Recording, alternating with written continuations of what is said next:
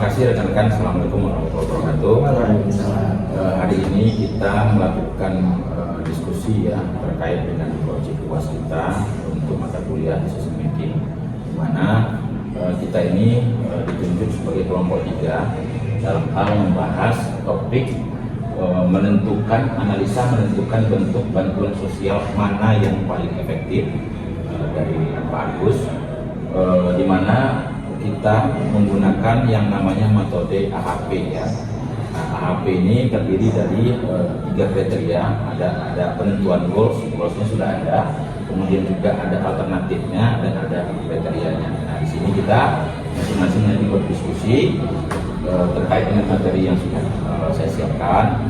Nanti ini menjadi keputusan dari kelompok kita, kelompok 3. Nah, apa yang menjadi topik kita pada diskusi kelompok 3 kali ini? Yang pertama adalah kita harus bisa memberikan yang namanya analisa penentuan bentuk bantuan sosial paling efektif ya.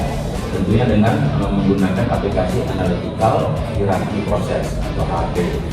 Nah, kemudian latar belakangnya apa? Yang pertama, kemiskinan masih menjadi isu sosial ekonomi yang paling serius di Indonesia. Berdasarkan data Badan Pusat Statistik tahun 2024 ini menunjukkan adanya angka puluhan juta penduduk masih berada di bawah garis kemiskinan. Kemudian ini tentu menghambat pertumbuhan ekonomi nasional dan stabilitas sosial. Nah, kemudian pemerintah telah mengalokasikan anggaran signifikan untuk berbagai program bantuan sosial atau bansos. Nah, namun keterbatasan anggaran menuntut efisiensi dan efektivitas alokasi sumber daya. Ini yang menjadi challenge bagi pemerintah. Kata-katanya yang harus kita sepakati adalah anggaran yang terbatas. Nah, kemudian pertanyaannya dari kondisi di atas sebagai latar belakang penelitian kita terkait dengan pemilihan nanti metode apa yang efektif untuk bantuan sosial dengan tujuan bisa menurunkan angka kemiskinan. Yang kita bertanya kuncinya adalah bentuk bantuan sosial manakah yang paling efektif untuk menurunkan angka kemiskinan secara sustainability, kemudian bukan hanya sekedar penyangga ekonomi sementara gitu ya. Nah, selanjutnya, nah ini dari pertanyaan itu timbul tantangan yang harus kita pecahkan. Yang pertama adalah dilema alokasi, anggarannya terbatas. Yang kedua, program yang harus kita pilih ini impact-nya secara sustainability itu harus berkelanjutan, secara dampak harus berkelanjutan ya. Yang ketiga tantangannya adalah risiko dari program yang kita pilih ya. Tentunya kita harus bisa mempertimbangkan risikonya, tingkat kebocorannya, penyalahgunaan dananya, dan ketepatan sasaran penerima. Sehingga yang terakhir, solusinya melalui metode analytical hierarchy proses ini digunakan untuk mengambil keputusan yang objektif berbasis multi kriteria, gitu ya. Nah, selanjutnya silakan Amisma, slide kedua. Ya, di slide selanjutnya ada tujuan keputusan misalnya. Kecil ini Pak, ya sumpah. Tulisan dulu.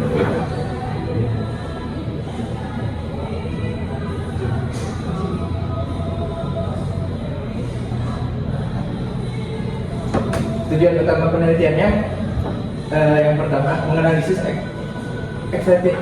Nah, tujuan utama dari penelitian ini yang pertama menganalisis efektivitas evaluasi dari 4 alternatif bentuk sosial.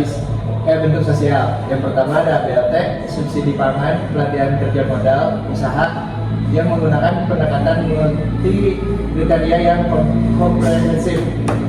Menentukan prioritas, mengaplikasikan metode AHP untuk menghasilkan ranking prioritas yang objektif berdasarkan kriteria terukur, mengurangi subjek dalam pengambilan keputusan. Nah, terus ada rekomendasi kebijakan, memberikan rekomendasi strategis berbasis data untuk mengoptimalisasi alokasi anggaran penanggulangan kemiskinan yang lebih efektif dan berkelanjutan.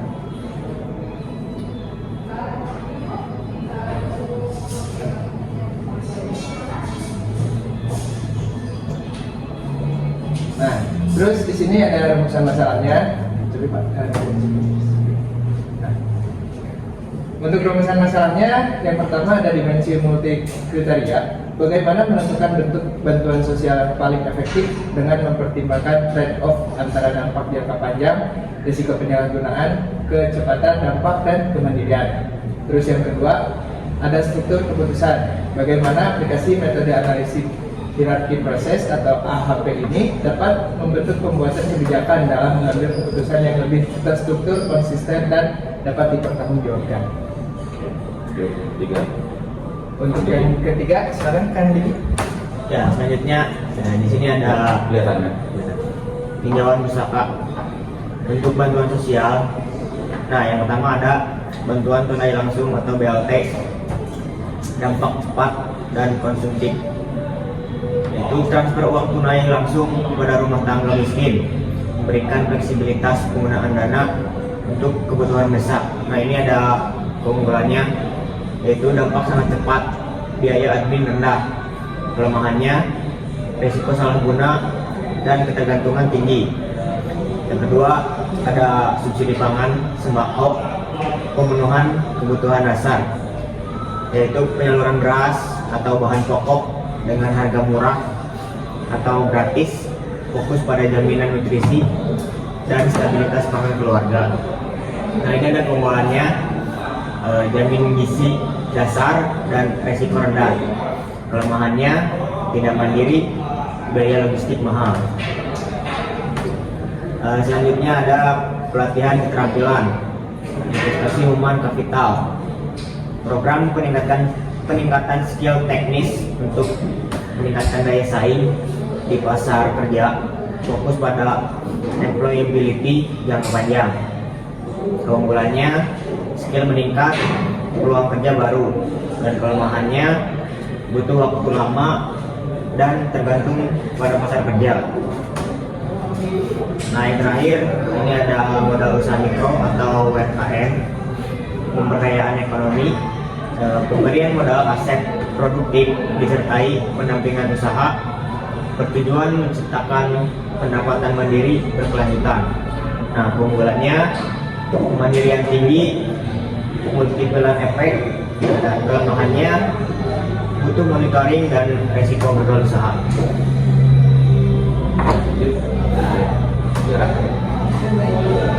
Selanjutnya di sini ada metode analitik hierarki proses atau AHP. Di sini untuk goal sendiri untuk level 1 di sini ada bentuk bantuan sosial paling efektif gitu ya. Terus kemudian ada C1 nya itu dampak jangka panjangnya. Terus yang kedua ada risiko penyalahgunaan. Terus C3 nya kecepatan dampak. Terus C4 nya biaya administrasi. Terus C5 nya ada kemandirian penerima.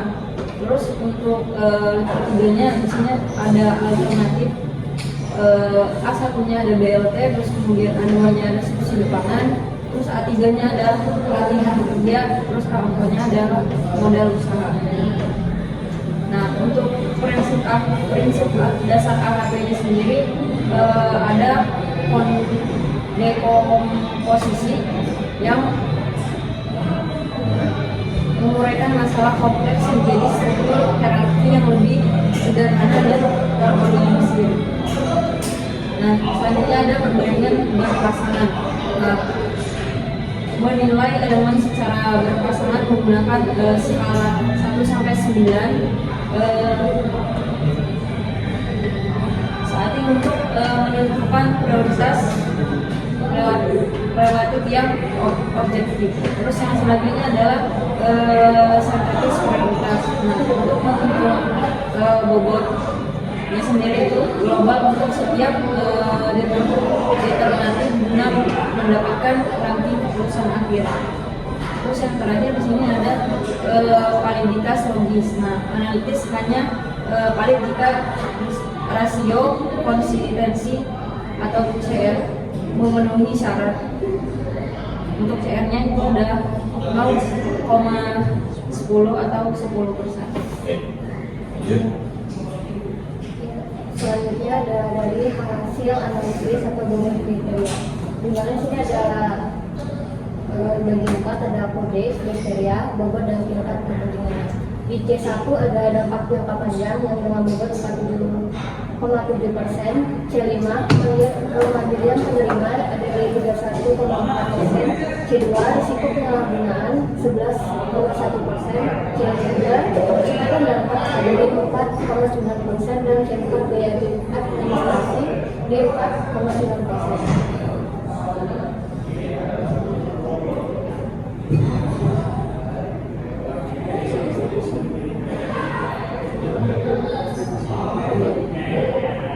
Ada distribusi bobot kepentingan ada di insight kunci, yaitu hampir 80% prioritas kebijakan difokuskan pada keberlanjutan atau dampak jangka panjang dan kemandirian. Oke, ya kan jadi mungkin ini ya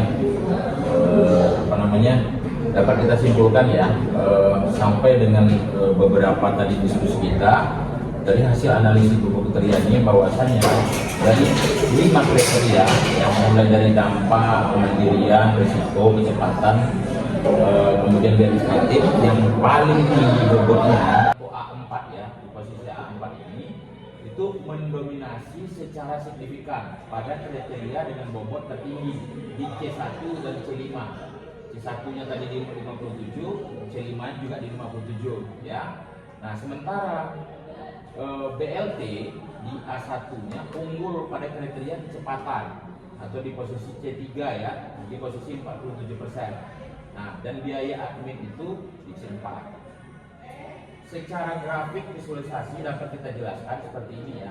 Ini per kriteria nih, C1-nya itu, kemudian alternatifnya di atas, kriterianya yang di bawah ya. Nah, ini kelihatan per masing-masing ya. Jadi ini juga sebagai dasar kita untuk mengambil keputusan bulat dari kelompok kita. Kenapa kita pilih sektor permodalan UMKM itu menjadi solusi untuk masalah bansos dan tujuannya menurunkan angka kemiskinan dengan analisa seperti ini. Ya. Kemudian ranking akhirnya, ya ranking akhir dari alternatif ini, maka dapat kita sampaikan skor sintesis akhirnya menggunakan AHP ini. Maka untuk modal usaha yaitu kita dapatkan angka 51,1%. Kemudian untuk pelatihan keterampilan itu kita dapatkan angka di posisi 27,8%. Nah, alternatif ketiga untuk BLT itu kita dapatkan angka 13,1% dan untuk subsidi pangan di posisi 9,1%. Nah, inilah kenapa hasil keputusan kelompok 3 kita ini memutuskan untuk menjadi salah satu pilihan strategi untuk kita berikan masukan kepada pemerintah adalah strategi memberikan modal usaha. Analisisnya. Nah, ini kemudian yang terakhir mungkin rekomendasi, silakan Kang Usman. Ya, nanti ganti-gantian aja di sebelah sini nanti boleh dipersilakan. Rekomendasi kebijakan dan alokasi anggaran atau total budget ya. Modal usaha atau UMKM ada di 60%, pelatihan kerjanya ada di 25%, bantuan tunai atau BLT di 10% dan subsidi pangannya ada di 6%. Nah, di sini ada program UKM Bangkit yang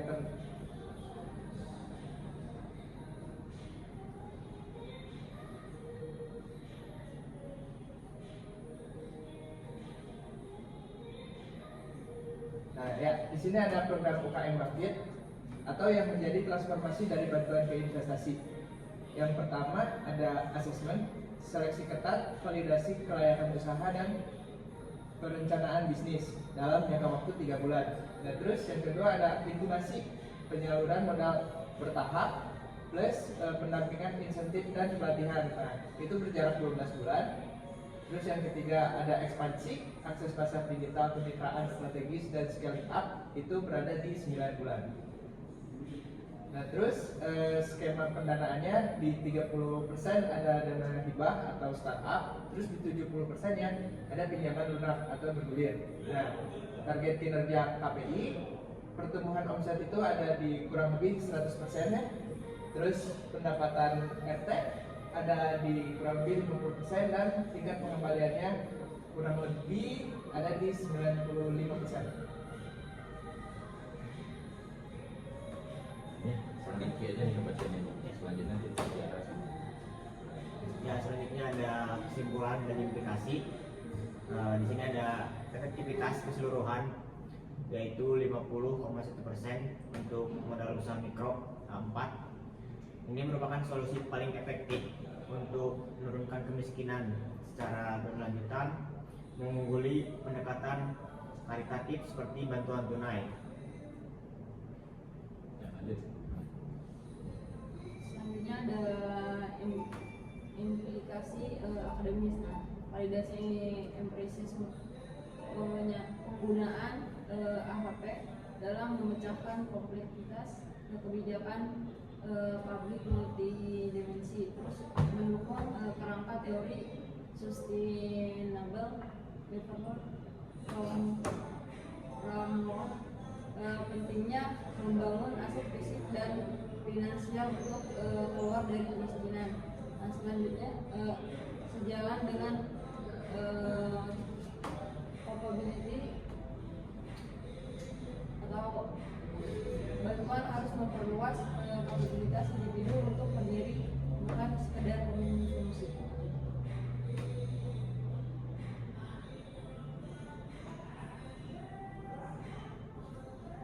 Ya, lanjut. Nah, selanjutnya ada di implikasi praktis, yaitu ada transportasi anggaran yang merupakan berdasarkan portofolio bansos dan sosial asisten BLT atau RASIN ke produktif investment atau modal dan skill. Dan ada targeting dan monitoring yang diperlukan mekanisme seleksi penerima yang lebih ketat berbasis potensi usaha, bukan hanya tingkat kemiskinan. Yang terakhir ada pendampingan wajib, yang dimana ada penyaluran modal tanpa pendampingan manajemen risiko memiliki probabilitas kegagalan tinggi. Oke. Nah, itu mungkin ya rekan-rekan dari hasil diskusi kita terkait dengan topik yang menjadi bahasan kita dari kelompok 3. Sudah selesai dan kita sudah bahas semua, kita sepakat bahasanya dari goals yang ditetapkan. Apa goalsnya? Goalsnya adalah menentukan skema bantuan sosial apa yang paling tepat untuk dipakai dalam kebijakan pemerintah dalam tujuan untuk menurunkan angka kemiskinan. Kemudian goalsnya, kemudian alternatifnya tadi banyak ya, ada BLT, ada subsidi pangan, ada pelatihan keterampilan, dan yang terakhir ada usaha mikro, modal usaha mikro. Nah, dari keempat alternatif tadi, maka kita sudah sepakat yang kita pilih adalah strategi utamanya adalah bagaimana skema modal usaha mikro itu menjadi pilihan yang akan dijalankan tentunya dengan dasar metode pengambilan keputusan kita berdasarkan metodologi AHP. Nah, kemudian tentunya juga kita banding dengan kriteria-kriteria ya. Kriterianya apa, misalnya jangka panjang apa tidak, bagaimana keefektifannya, administrasinya, kemudian juga bagaimana sisi penerimanya, itu juga sedang kita perhitungkan. Mungkin itu saja rekan-rekan diskusi kita pada kesempatan ini. Semoga diskusi ini bisa membawa suatu analisa ataupun usulan terkait dengan topik bagaimana memilih skema strategi bansos yang tepat untuk bisa menurunkan angka kemiskinan. Ya, terima kasih.